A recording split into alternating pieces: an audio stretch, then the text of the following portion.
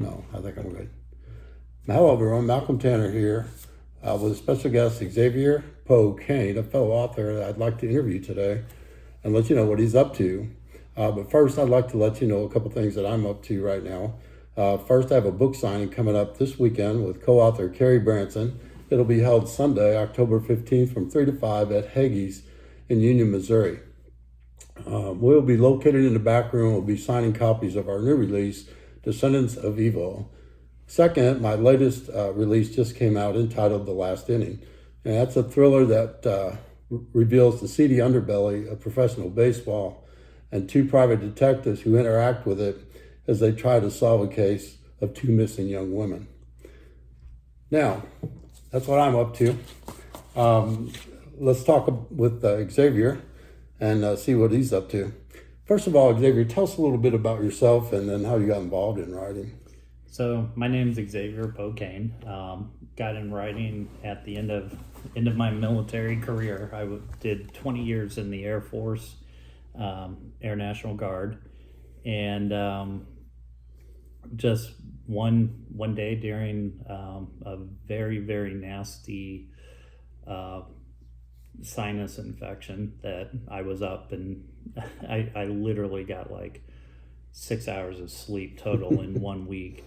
I'd been watching a TV show, The Dead Files, and a few other things, and this story just came to me, and I sat down and started writing it, and about a month later, I had a first draft done of this novel, and I'd always been a writer. Loved writing ever since an early age, since about the sixth grade. We had a school assignment to make a little book, write it, illustrate it, then sandwich it between two pieces of construction paper. Those. And that's something that I wanted to do, and it became something on my bucket list. To someday write and be a published author. And that you are. What genre do you write in normally? I write in supernatural, paranormal, horror, mostly. It's one of those things where I didn't choose the genre chose me, because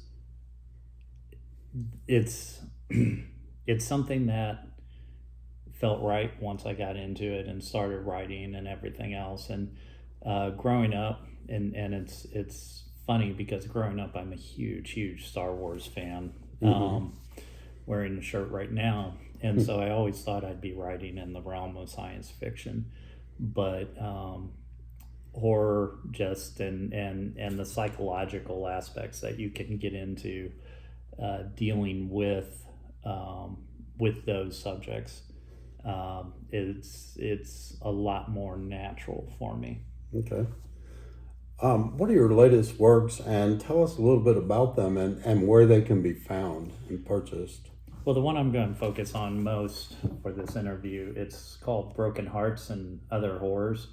The cover does look a little bit like a paranormal romance, but this is an anthology of 12 short stories. It's available. I publish both on Amazon and Wide, so pretty much anywhere that you can get an ebook or a print on demand indie book, you'll be able to find me and my work. There is a Audible copy of this or version of this that was done by Paul J. McSorley of Fear from the Heartland fame, and that's available too if you're into audiobooks on Audible. But so it's 12 stories that I've written over the course of probably the last 5 years that have spanned the gamut from interesting little seeds that I'd picked up here or there that's like, okay, that would be interesting to write about, to assignments from Emerson when I was going to get my MFA. But whenever I was putting them all to get together in a collection, I realized that there was a single strand connecting all of them, and it was this concept of broken hearts and unrequited love. And so the idea came that this would be kind of playing with the idea of souls progressing through multiple lives and multiverses and all of this wibbly wobbly stuff.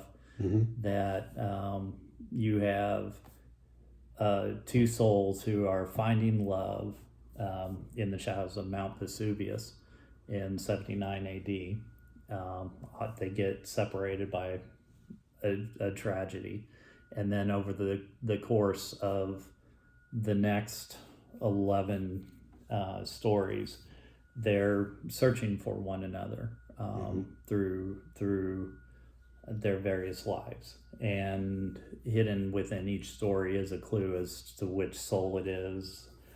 There's one story where the soul appears twice in two different people, but the clues are either textual, like if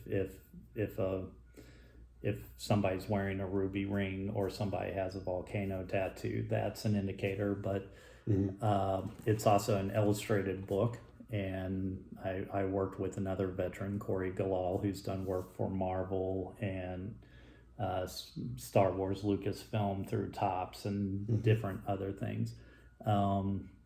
And I had him in a few stories draw the clue in. Oh, so, did you? That's cool. Just different ways to get it. So it's a book that I'm very proud of. It's been a critical success. So it won the Literary Tie Gold Award, but also for an indie author, it got a positive review from Kirkus Reviews. Oh boy, those are hard to get. With the accolade of Get It. So, so Get It. I know that you mentioned Paul McSorley, and Paul has narrated 3 of my books as well. If you haven't, people, listen to anything by Paul, you need to. He's a great narrator. I'm sure he brings Xavier's stories to life as well as he did mine, and he just is a master at the different voices within the story. I feel real comfortable with Paul, and I know Xavier does too. Tell us about Writing for Fear from the Heartland. Those are also stories narrated by Paul.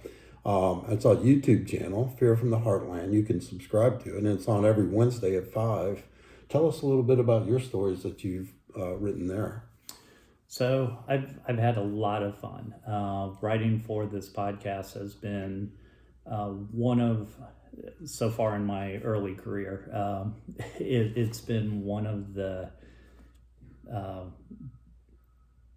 core bright spots of it, because it's really awesome to have a story premiering, and not only my friends that I see almost every day, mostly coworkers and the like, that are tuning in and paying attention, but it's also really awesome to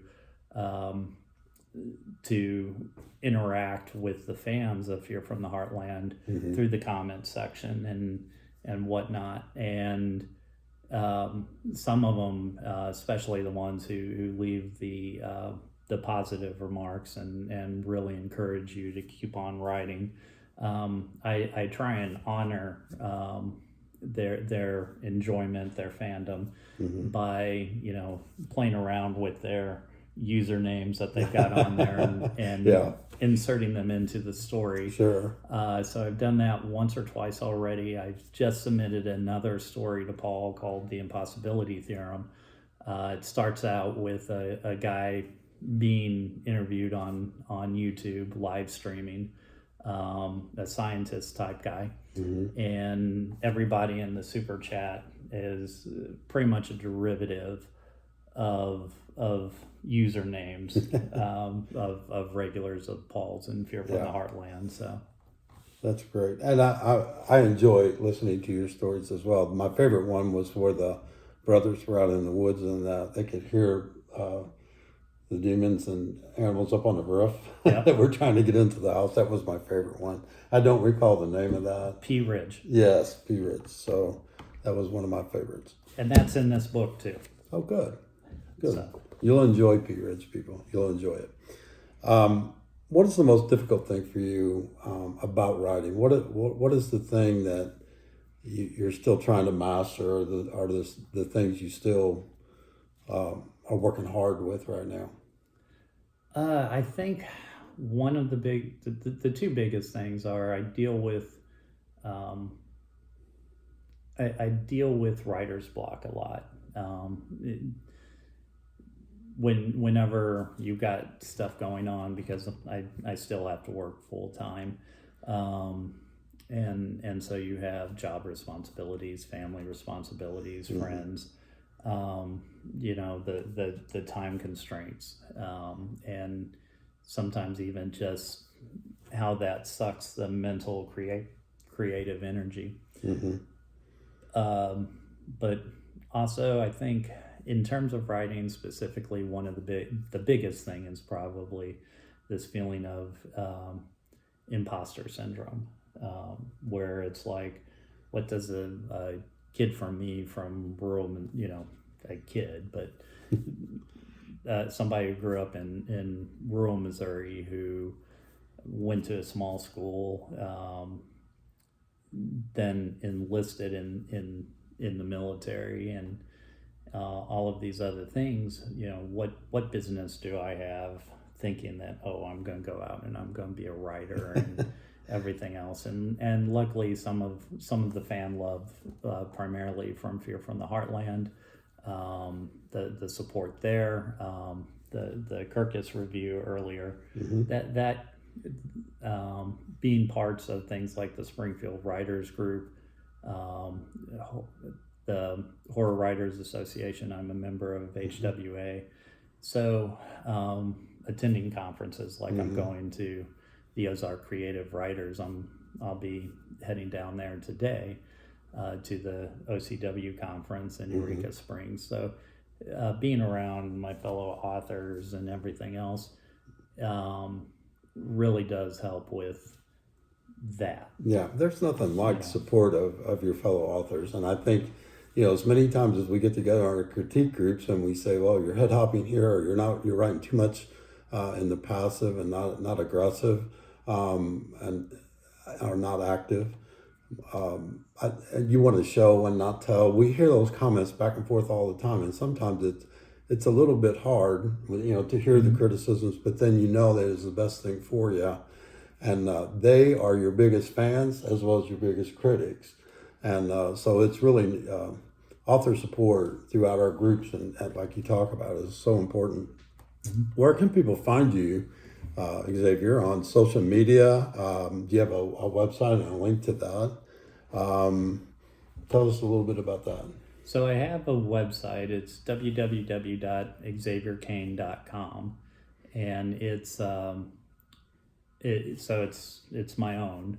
I've got a blog on there that every once in a while, when the mood strikes, so I need to write on it regularly. I'd love to be able to put out a blog post every week, but now I think I've got I get out a blog post every month or two. Oh, that's good.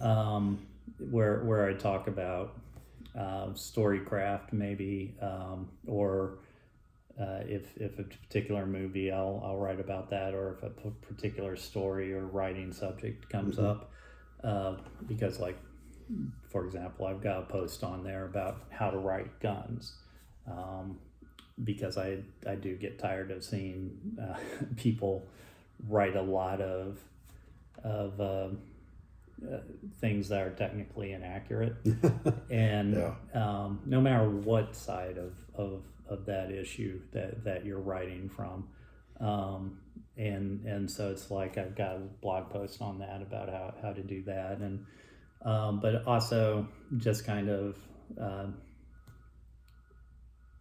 see what books I've got out. I also have an Amazon author page, and you can find me on Facebook. I want to talk just briefly, if you read Xavier's stuff, or you read my stuff, reviews are gold for writers.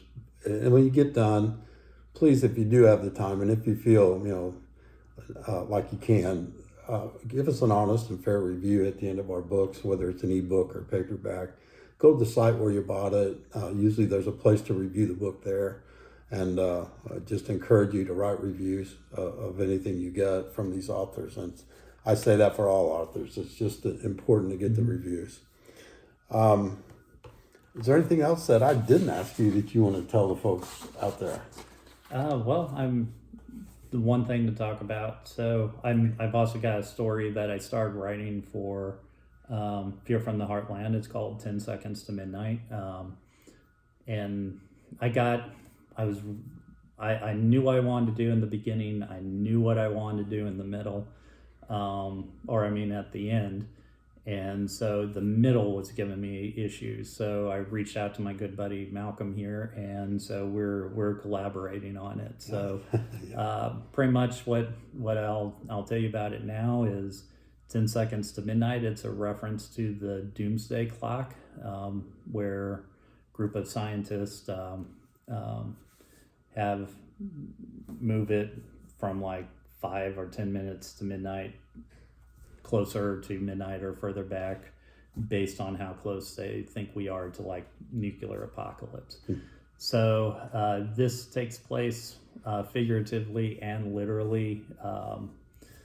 The story ends up 10 seconds till midnight, and it's about Air Force missileers and security forces as things fall apart.